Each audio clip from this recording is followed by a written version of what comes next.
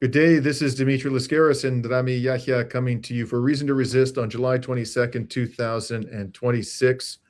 Today, we are going to cover breaking news relating to the Epstein scandal, the Jeffrey Epstein horror show, about which we have heard so little during the criminal war of aggression on Iran. And of course, that may be one of the reasons why Donald Trump launched the war of aggression. But in any case, it almost seems like a distant memory, but at the beginning of the year, this was dominating the headlines, the scandal of Jeffrey Epstein, and rightly so, and then it disappeared in the background. But today that changed when we learned that a character about whom Reason to Resist did an investigative report has died in mysterious circumstances, and his name is Daniel Siad.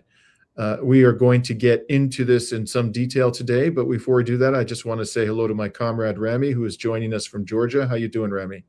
I'm doing very good. I'm in Tbilisi, Georgia, of course. People get mixed up with the state sometimes. And you have been out of Iran for 10 days or so, is that right? Yes, maybe 2 weeks. I've been out of Iran, taking some time off here in Georgia, Tbilisi, after maybe 2-3 months of eventful travels in Iraq, south of Lebanon, and of course Iran for the funeral of our martyred leader Sayyid Ali Khamenei. Now, before we get into this fast breaking news, please remember to like and share this video if you find it to be informative. And if you're not a subscriber to Reason to Resist, please do become one. Help us to expand the reach of our unapologetic, on-the-ground resistance journalism.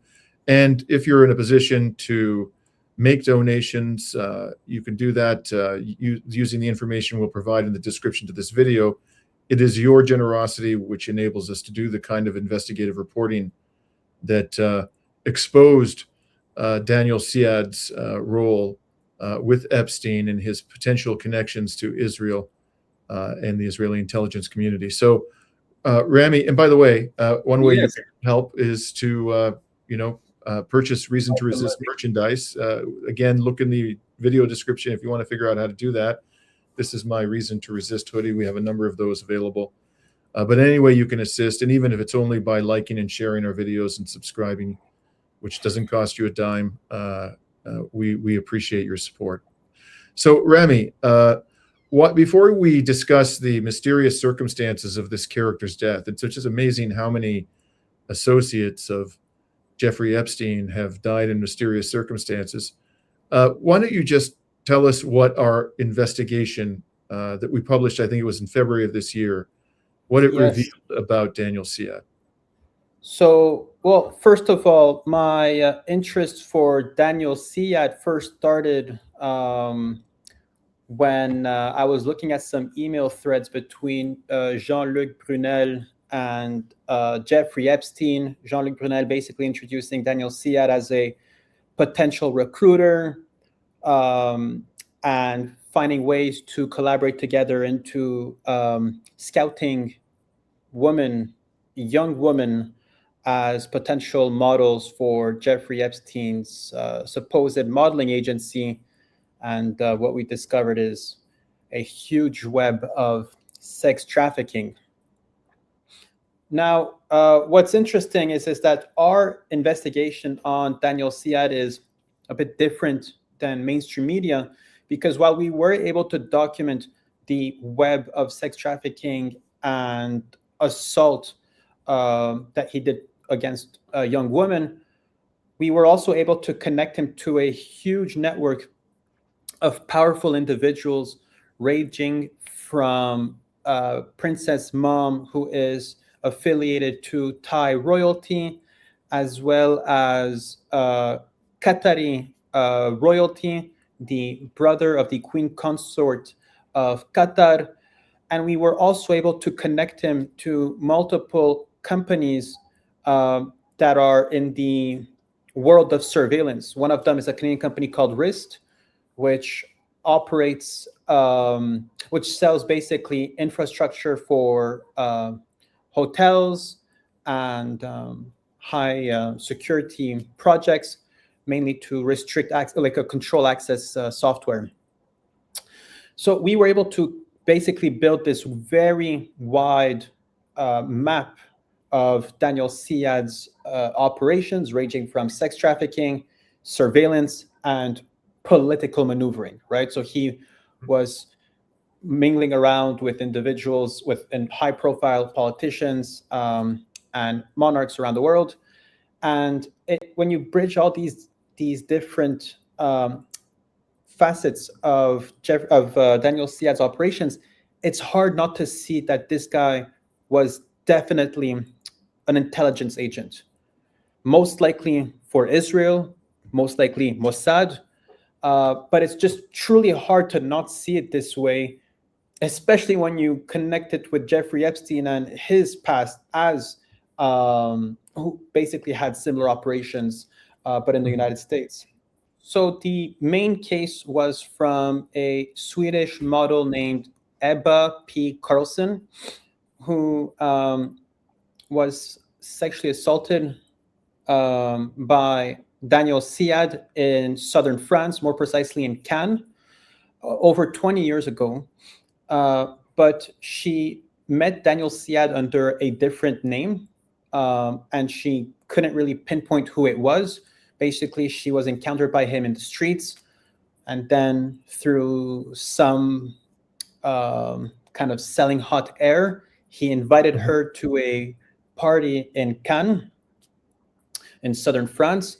And when she got there with Daniel Siad, she was brought to a vacant home where there was no party at all, and Daniel Siad didn't even have the key to the house. And then in the back, they went to the backyard, to the swimming pool, and this kind of this cabin in the backyard. He sexually assaulted her. That's her allegation. That was actually not. Was it adjudicated by a criminal court, or was that? And it hasn't been adjudicated. After Daniel Siad was exposed in media back in February or so, she recognized him in one of the pictures, and was able to get his real name and to file a complaint in France with the French police. And she had wrote previously in her book about this interaction and about this allegation of sexual assault that she has that she survived. So this is not something that she's just coming up with after the facts, right? After Daniel Siad has been exposed. This was properly documented in her books, in her writings in the past. And it was just that now, with the evidence being brought to light, with the documentation of the Epstein files, she was able to basically puzzle together the remaining pieces to bring to serve herself her own justice. Mm-hmm. And then back in April, 3 other allegations of sexual assault were brought to were formalized as complaints to French police. Now, the French police never brought in accusations directly or formally arrested him. There was an investigation going on, and since he was tied to Jeffrey Epstein, it was fairly well mediatized. And the French police was also investigating him for sex trafficking. But again, what's different from Daniel Siad and other people in the kind of the Epstein world, right, such as Jeffrey Epstein, Jean-Luc Brunel, is that although they were not guilty, well, Jeffrey Epstein was guilty in his first round of accusations, but Jean-Luc Brunel was contesting these accusations in court and was not found guilty yet. And Jeffrey Epstein as well was not found guilty yet as well of his accusations of sex trafficking. But Daniel Siad, what's interesting is that his death comes outside of a formal kind of a court dates and imprisonment, right? So he was a free man. My understanding is that he hadn't been, well, there were no restrictions related to travel for him. He could have escaped. And especially when we know the network that he was part of, this man could have escaped. And he probably was afraid of certain accusations that were coming towards him, right? These accusations were piling up. He was risking anywhere to up to 30 years of prison. But all of this was kind of speculation, and there were no concrete accusations brought towards him from the police and in front of a judge. You mean he hadn't made any court appearances yet?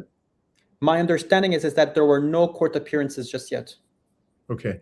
So why don't we get into and let me just remind people, a lot of people will be aware of this, even if they're not lawyers, but when an accused is believed to be part of a larger criminal conspiracy, it is commonplace for the police to enter into a plea bargain with the accused and give the accused a lesser sentence, for example, subject to court approval, in exchange for the accused person's cooperation in identifying the other co-conspirators. So if you were involved in Jeffrey Epstein's conspiratorial monstrosities and were yourself, at risk of being exposed, potentially imprisoned, you would be concerned that Daniel Siad, who had such extensive dealings with Epstein and, has been characterized charitably as Epstein's model recruiter, or one of them, you would be concerned that he might begin to cooperate with the police and disclose information about, other co-conspirators. Now, that doesn't mean he was killed, but it just means that there may have been people out there who had a motive to kill him. There might have been quite a few powerful people who had a motive to kill him before he started, cooperating with the police, if in fact that was something that the police wanted. In any case, Rami, with that as background, could you get into the details of how he died, what we know about that at this point? So on July 20th, 2026, in the evening, he was found dead in his kitchen in his apartment outside of Paris in Haute-Seine, which is the kind of the outer ring, western outer ring of Paris, more precisely in the city, let's just say, of Colombes. And he was found by what French media describes as his roommate of the time. I don't know what it means, but they do not identify by name who this woman is. But she was 28 years old. Daniel Siad was 69 years old, and he's described to have died of a heart attack. Now, the 28-year-old woman, who's described as the roommate of the time being, says that she was on the phone with her family, and after hanging up, she went to the kitchen and noticed that Daniel Siad was not alive, was dead. Now, there's some things that I find quite suspicious. The first thing is that I'm no medical expert, but I believe that when someone is experiencing a heart attack, there should be a level of agony. And that level of agony should probably be alarming to people around, right? They would be, again, these are Parisian apartments. They're usually not that big. This is so I would expect Daniel Siad to have voiced some discomfort to the point where other people in the residence could have heard. And then the other thing that was quite suspicious is that Daniel Siad is a 69-year-old man. He seems to be anywhere between 75 to 85 kilograms, 175 to 185 meters. I expect someone of this size to, probably cause some sort of noise when falling to the ground. Yeah. You said 175 meters. I think you meant 1.75 to 1.85. Sorry, 1.75. Sorry, he wasn't that big, but no, he was definitely he wasn't a small man. And yeah, I mean, you would think somebody falling to the ground in agony would make some kind of a noise. But apparently, if he did make a noise, this 28-year-old roommate didn't hear it.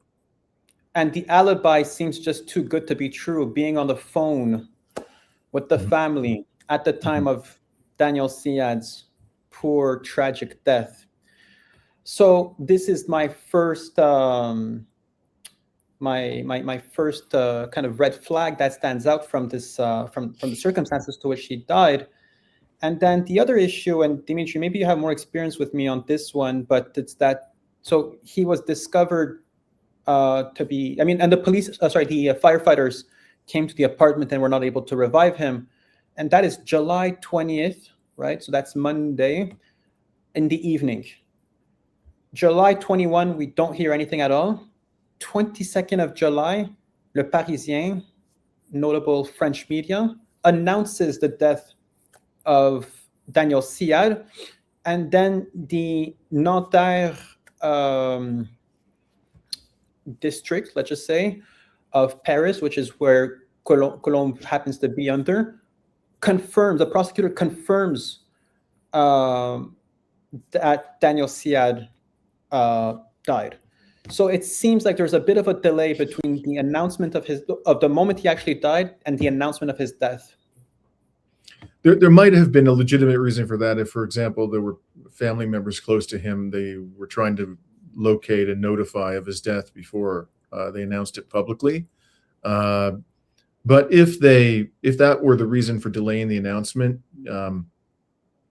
I would expect the police to say something like that. They would say, we did not immediately announce this to the public because we were notifying family members. But I haven't seen any statement like that by the police. So it is a bit odd. That's for sure. What else can you tell us about the circumstances of his death, Rami? Well, you brought up the family, but I don't believe the statement mentions that by the state attorneys. But also, I'm just curious to know who that 20-year-old woman is. 28. We know that.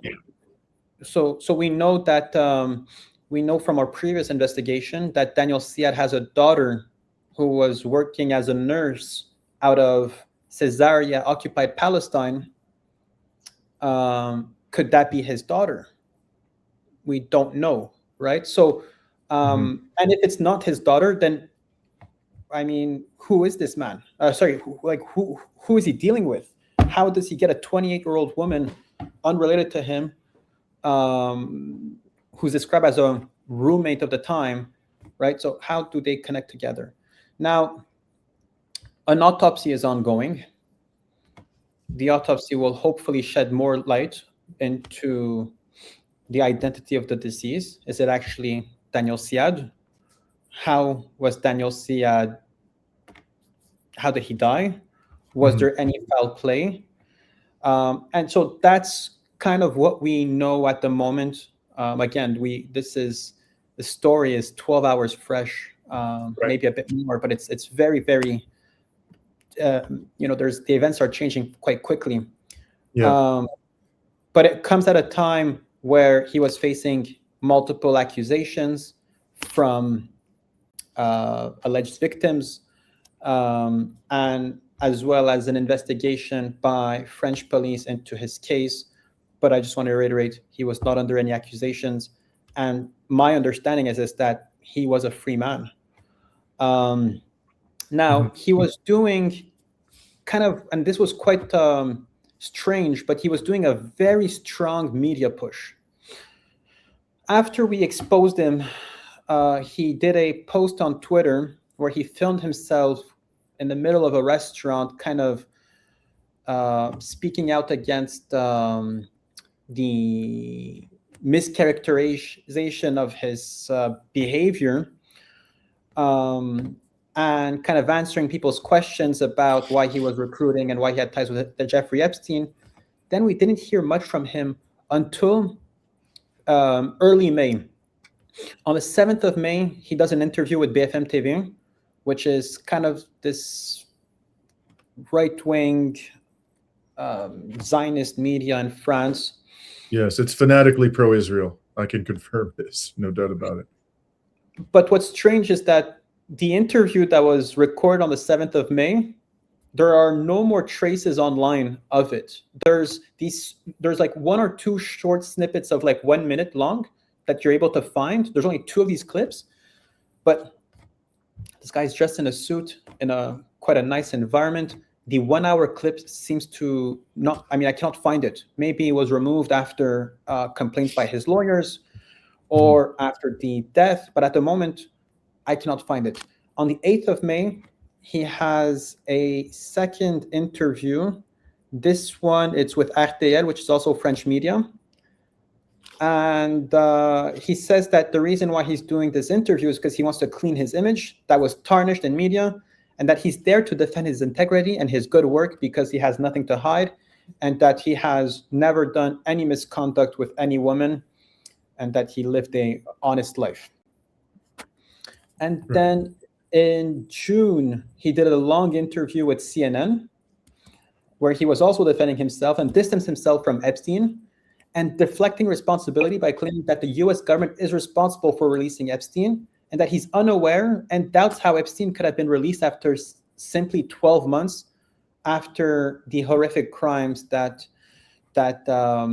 Epstein had was guilty of.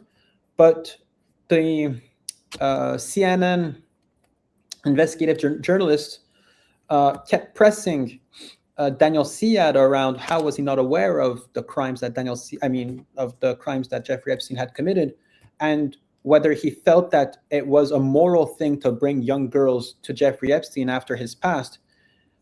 Daniel Siad's lawyer interrupts the interview and tells the CNN journalist that this interview is done. So he was on this sort of media push from BFM TV, RTL, and CNN to clean his image. And this is a bit different than the reaction we saw from Jeffrey Epstein. Jeffrey Epstein, in his deposition, he's kind of deflecting every question he gets asked, kind of making a mockery off of it, not looking to speak more than he should. Jean-Luc Brunel, there's not much information about him through interviews. But Daniel Siad, this might be a strategy, and I'd be curious to know your opinion on this, Dimitri, as a lawyer, but he seems to be wanting to cooperate with the police and with the media. Well, he certainly made considerable efforts in recent months to protect his reputation and to distance himself from Epstein's crimes. Doesn't sound like the kind of person who would be inclined to take his life and basically surrender any opportunity to clear his name. And of course, Jean-Luc Brunel, if I recall correctly, he too died in rather curious circumstances. Isn't that correct, Rami? Yes, in detention, in prison. Right. And was it a heart attack reportedly that felled that depraved psychopath? I believe it was officially it was considered hanging, but when we look at the circumstances of Jeffrey Epstein, it's hard to trust these reports. I'm referring to Brunel. Brunel, yes. He also was reported to have killed himself by hanging, like I Epstein? believe so. I see. Okay. Well, we will continue to follow this story carefully, and there's so much about this this horrifying ring of pedophiles that has not yet been disclosed to the public, and this is a story which we will continue to commit significant resources to try and help in any way we can to bring these people to account.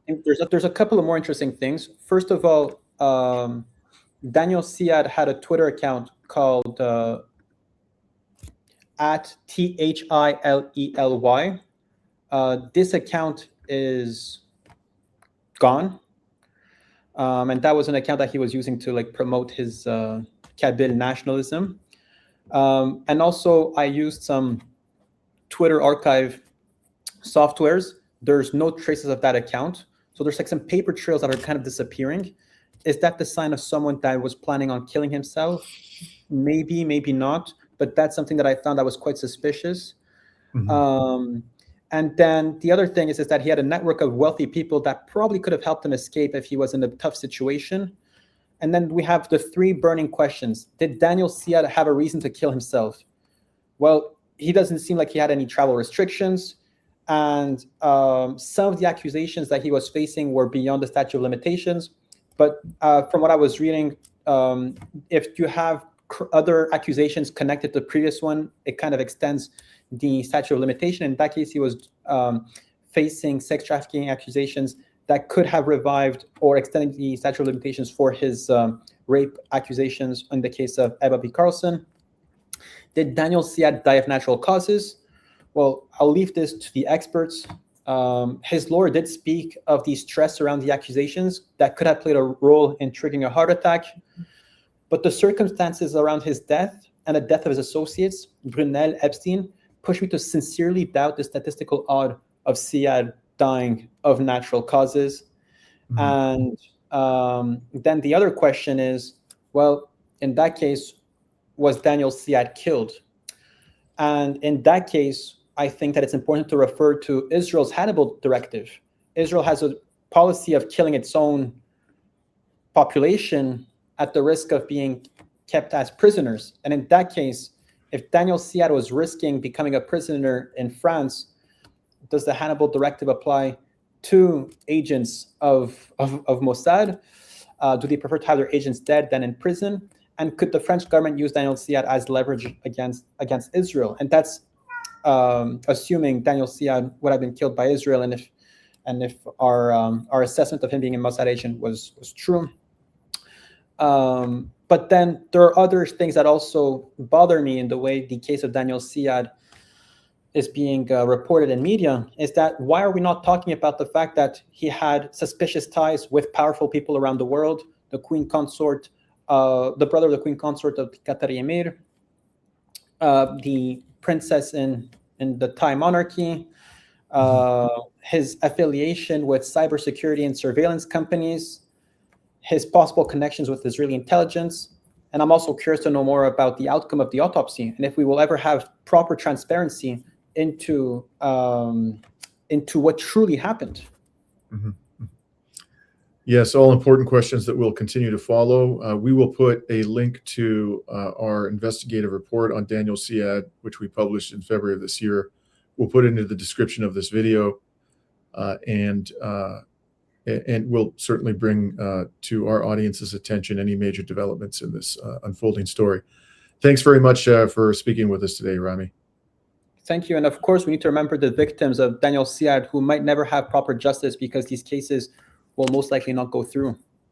Indeed. Due to the death of the accused. Just one more immense injustice associated with the Jeffrey Epstein scandal. In any case, we're signing off for today on July 22nd, and thank you for joining us.